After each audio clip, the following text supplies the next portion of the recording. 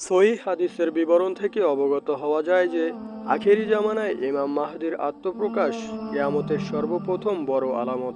তিনি আগমন করে এই উম্মতের নেতৃত্ব দায়ভার গ্রহণ করবেন, ইসলাম ধর্মকে সংস্কার করবেন এবং ইসলামী শরীয়তের মাধ্যমে বিচার ফয়সালা করবেন।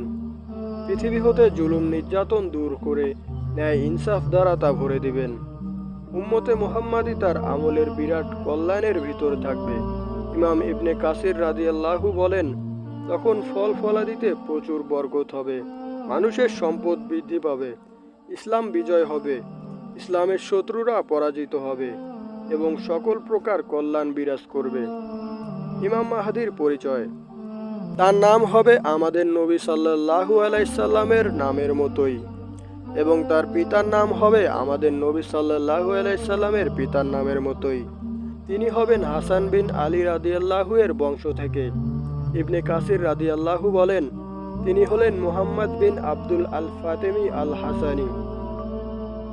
তার আগমনের স্থান। তিনি পূর্বের কোনো একটি অঞ্চল থেকে প্রকাশিত হবেন, তবে পূর্ব দিক বলতে মদিনায় মুনাওয়ারা হতে পূর্বের দিককেই বোঝানো হয়েছে। নবী সাল্লাল্লাহু আলাইহি সাল্লাম বলেন, তোমাদের গুপ্তধনের নিকট তিনজন লোক ঝগড়া করবে, প্রত্যেকেই হবে খলিফার পুত্র, কেউ তা দখল করতে পারবে না।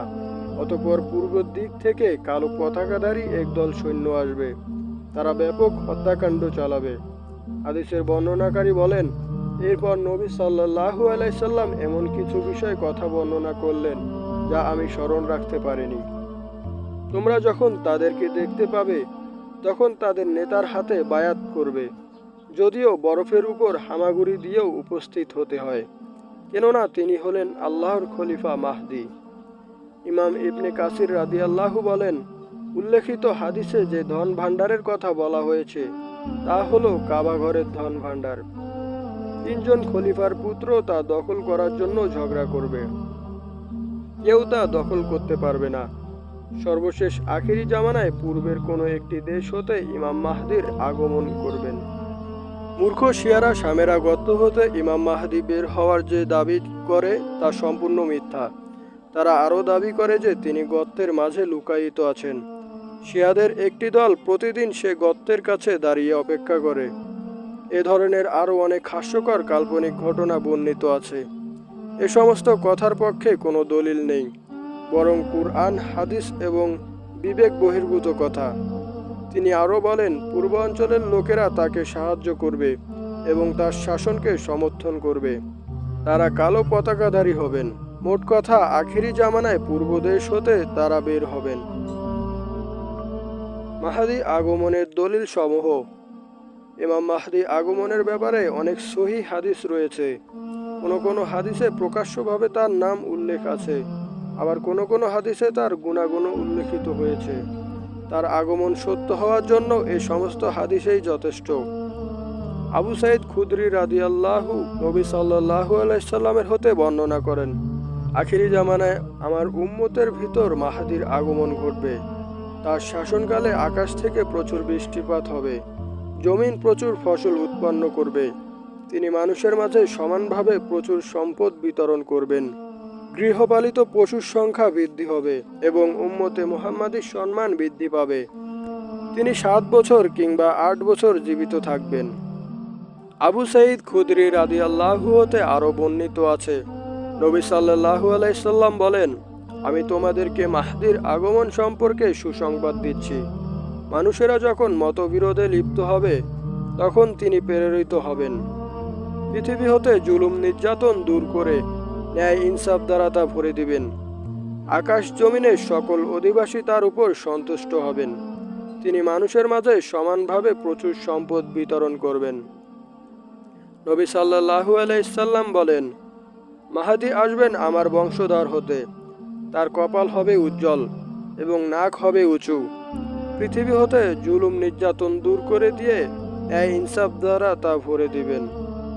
বুখারী ও মুসলিম শরীফে ইমাম মাহদী সম্পর্কিত কিছু হাদিস। নবী সাল্লাল্লাহু আলাইহি সাল্লাম বলেন, সেদিন কেমন হবে তোমাদের অবস্থা, যেদিন তোমাদের মধ্যে ঈসা ইবনে মারিয়াম নেমে আসবেন এবং তোমাদের মধ্যে হতে একজন ইমাম হবেন অর্থাৎ তোমাদের সাথে জামাতে শরিক হয়ে ঈসা আলাইহিসসালাম তোমাদের ইমামের পিছনে নামাজ আদায় করবেন। জাবের রাদিয়াল্লাহু বলেন, আমি রাসূল সাল্লাল্লাহু আলাইহি সাল্লামকে বলতে শুনেছি, আমার উম্মতের একটি দল হকের উপর বিজয়ী থাকবে এবং কিয়ামত পর্যন্ত লড়াই করতে থাকবে। অতঃপর ঈসা ইবনে মারিয়াম অবতরণ করবেন। তাকে দেখে মুসলমানদের আমির বলবেন, আসুন আমাদেরকে নিয়ে নামাজের ইমামতি করুন।